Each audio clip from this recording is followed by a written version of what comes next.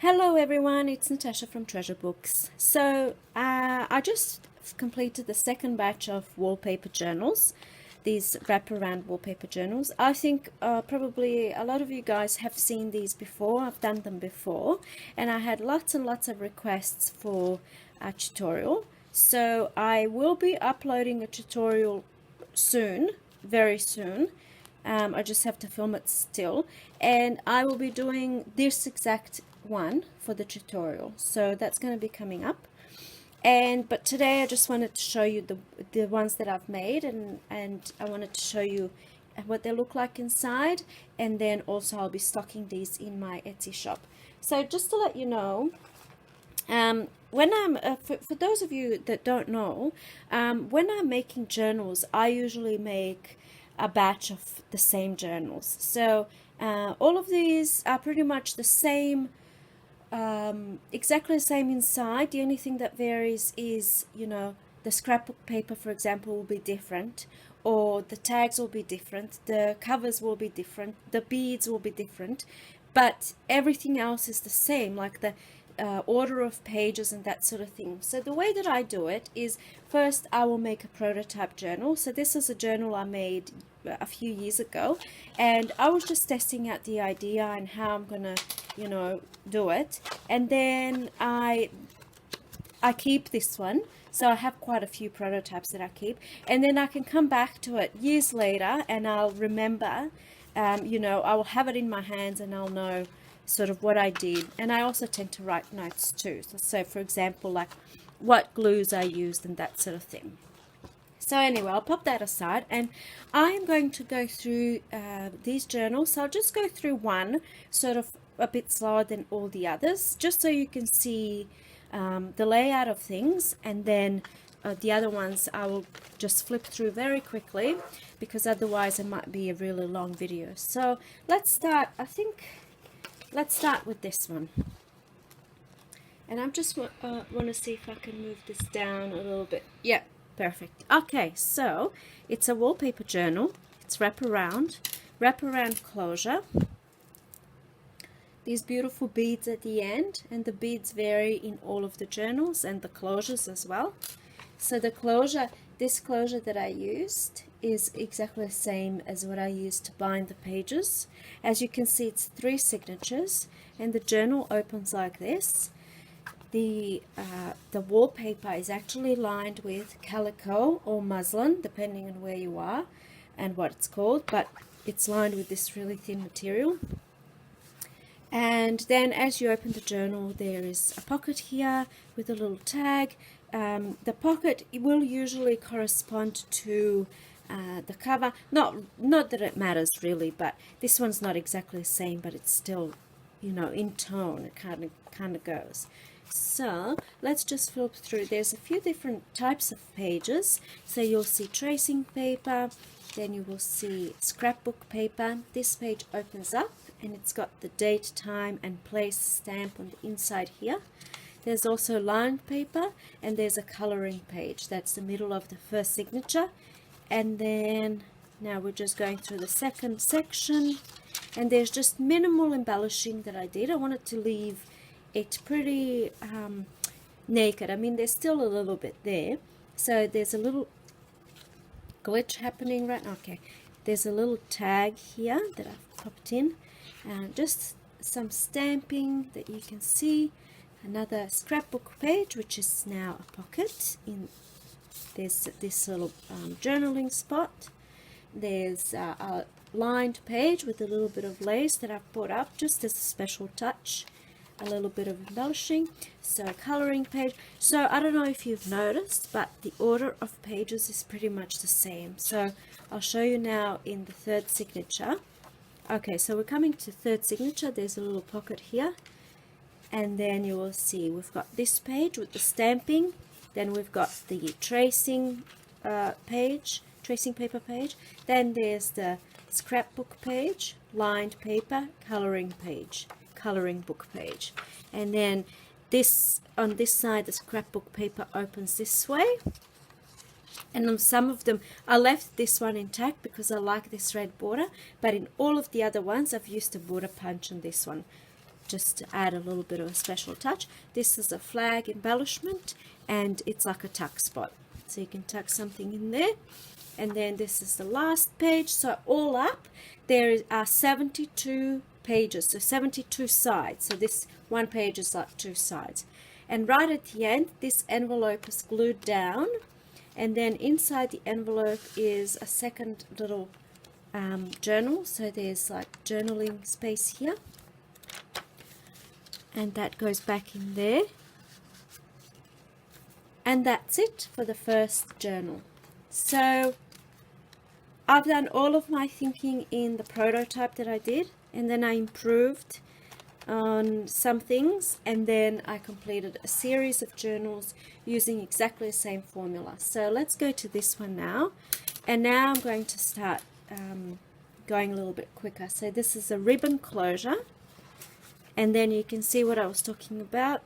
The pocket corresponds to the cover. So here we go.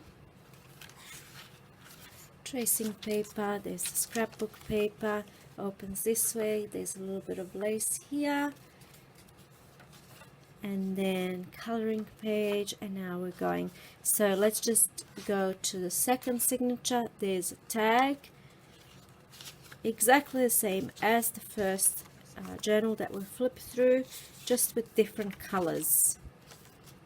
Same sort of formula, and I find that's the best way. Okay, there's I don't think I showed this in the other journal, but there's like a journaling spot, quote of the day, little doily here. So what was I about to say just before? I forgot. There's a little pocket here, and now we're going into the third signature. Yeah, so it's exactly the same formula for all of them as I've mentioned, and I just find it easier that way because I mean, this journal is not very elaborate. There's minimal embellishing and stuff like that, and it's quite a little journal. But even when I'm making large journals, I will sort of do all of my planning for one, and then I'll just repeat for all of the others, and that way I can complete more journals.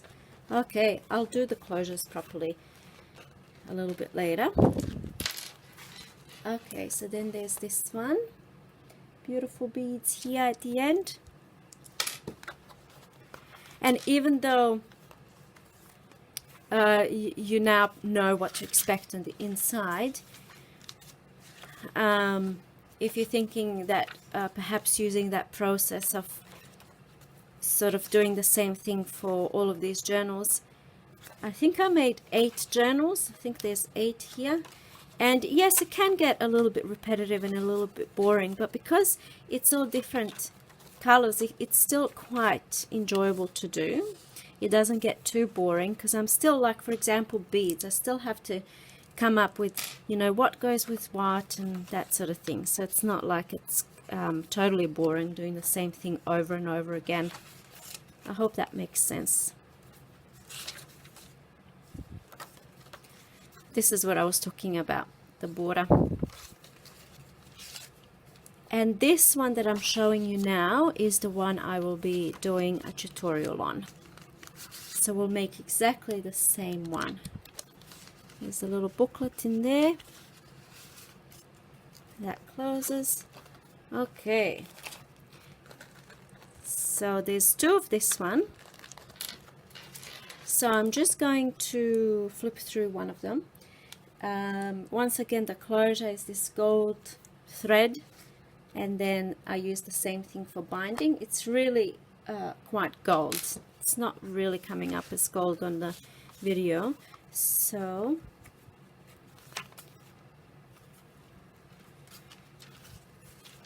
okay.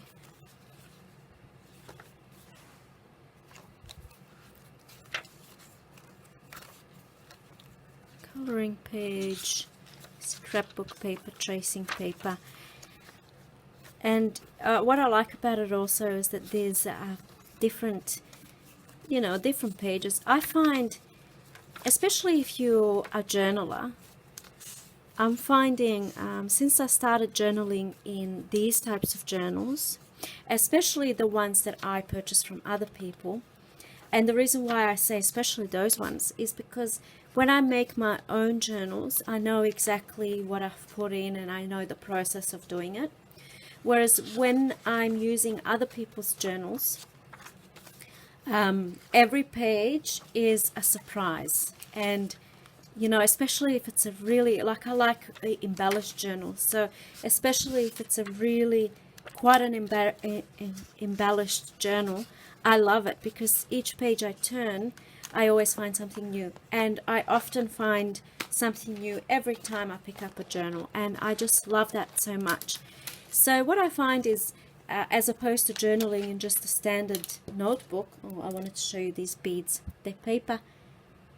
They are paper beads that are made, and they've got, I know it's not focusing properly, but they've got this glitter. Let's see if I can focus. Here we go. Anyway, you probably don't care about the beads, so let's just keep going. So, what was I saying? Yes, so when if you're journaling in just a standard white Kmart notebook, every page is exactly the same, like they're all like this, for example. I find there's not much inspiration, but when you're journaling on different pages, you kind of, I'm finding anyway, that I want to keep journaling, I want to see what's on the next page kind of thing, so I find it a bit more interesting. That's what I love about when I'm making journals. I love to include different types of pages, different types of paper, different colors. And that's why you will see in this journal, and as you've seen so far, each page is different. One of this, one of that, you know. Okay. There's a little flag here. I don't even know if I'm in frame. I think I am. And then the envelope at the back. So this one's just a little bit different because this is actually from my previous batch, and I've done some corners here. So I mean, the envelope that I used is just a simple envelope, and that's why I've got this clip here. Whereas the envelopes in my, so there's this one, in my new batch, I'll just go straight to the envelope. So it's a little bit more elaborate, so I didn't add any paper clips. Okay, so let's just quickly go through this one.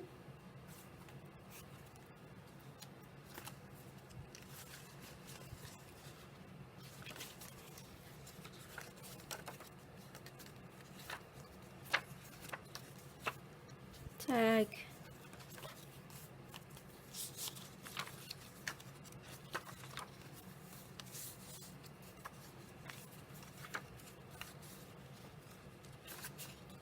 Little flower pocket.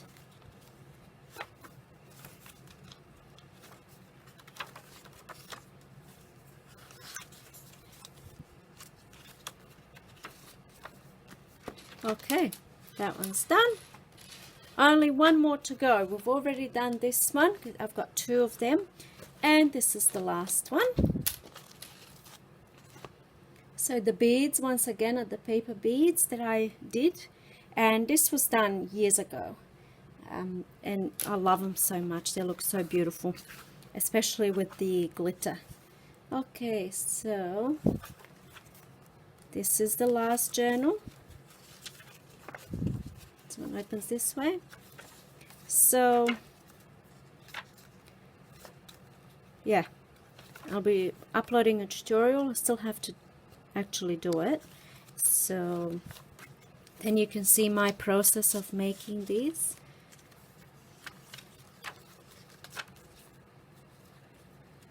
And I suppose you can see my thinking process, even though I have spoken a little bit about it.